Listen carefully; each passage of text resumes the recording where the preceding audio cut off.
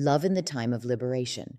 How advocates at SWOP Behind Bars use love languages to support our people. At SWOP Behind Bars, we don't just talk about justice, we embody it.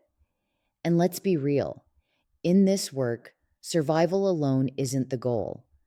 We're here for thriving. That means care that's intentional, compassion that's culturally competent, and connection that doesn't vanish when the paperwork's done. Our team isn't made up of robots or case numbers. We're human beings who show up with heart.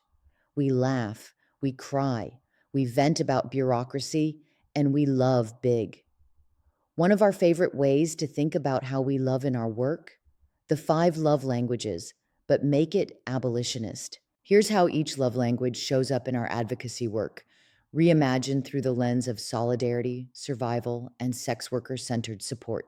Words of affirmation, the hype squad that doesn't miss. We all know that one advocate who will absolutely gas you up in the group chat the night before your court date, or the one who writes the best captions for your GoFundMe.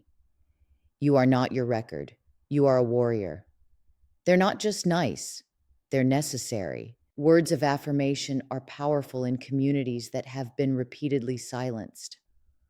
Our folks are used to being talked over, talked about, or talked down to. So when an advocate says, I see how hard you're trying, or you don't have to prove your pain to be worthy of help, that hits different. Whether it's editing a survivor's clemency letter, celebrating 30 days in stable housing, or reminding someone that relapse isn't failure, these affirmers speak life back into people who've been denied humanity at every turn. They're not just cheerleaders, they're truth tellers. Acts of service, the logistics angels behind the scenes. Let's give it up for the spreadsheet warriors and Google Calendar queens. These are the folks who organize ride shares for your parole hearing, stay on hold with social services for an hour, or drop off Plan B and snacks like it's just another Tuesday. You might not always see their work, but you'll feel it. They're the ones who call 3 pharmacies to find your prescription when you don't have an ID. The ones who help you write an appeal after your food stamps get denied. Again. The ones who research trauma-informed OBGYNs that won't judge you for your history. They show love by doing the work no one else wants to do, the complicated, bureaucratic, exhausting tasks that make the difference between surviving and spiraling. Their love language? Liberation through logistics. They don't just say, I care, they prove it. Receiving and giving gifts. Mutual aid as love in action. For some of us, love comes in bubble mailers, commissary deposits, and care packages bursting with snacks, hygiene products, and handwritten notes.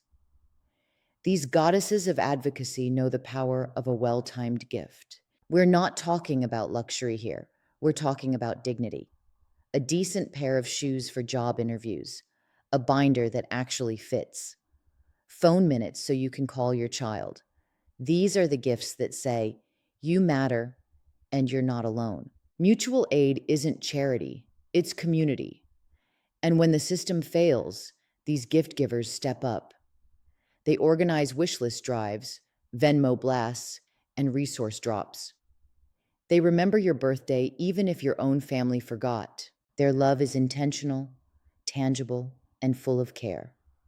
Every box sent is a tiny act of rebellion against a world that tries to forget our people. Quality time, the stay on the line, soul holders. In a world that rushes, these advocates slow down. They're the ones who say, I've got time. Go ahead and tell me the whole story. They sit in hospital waiting rooms, zoom into check-ins that run long, and don't flinch when the tears start. Quality time in our work looks like walking through every step of a re-entry plan. It's attending art shows and parole board hearings with equal enthusiasm. It's hanging out in silence when the trauma is too heavy to talk about, but knowing your presence means safety. This is the love that shows up without needing to be productive. The kind that says, I'm not here to fix you, I'm here to walk with you.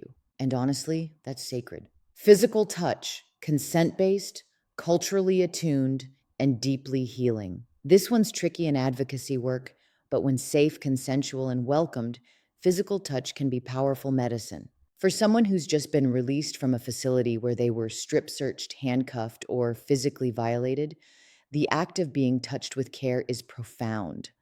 A gentle hug, a hand squeeze during sentencing, helping someone button a shirt for their first job interview in years. These are not grand gestures. They are moments of connection, healing, and rehumanization. Physical touch, when offered with attunement and consent, becomes a tool to remind someone you are not an object, a number, or a mistake. You are whole. You are home. Bonus round, liberation language, where we take love beyond the binary. Love languages aren't static. They evolve, just like our communities. At SWOP Behind Bars, we often add a few extra dialects to the mix. Radical boundaries, saying no with love, teaching folks that they don't have to say yes just to be safe or seen. Political education, love as knowledge, helping our people understand the systems hurting them and how to fight back. Memes and group chats, because sometimes the best way to say I love you is by sending that perfect drag queen gif or dropping a dumb TikTok at 3 a.m. Final word, love is the work, and the work is love. Advocacy without love is just policy paperwork. At SWOP Behind Bars, we build power with people, not for them. And that means tapping into every form of love we have, especially the ones the world tried to steal from us. So if you've ever donated, shared a post, or texted your friend inside just to say, I'm thinking of you, congratulations. You're speaking the language of liberation.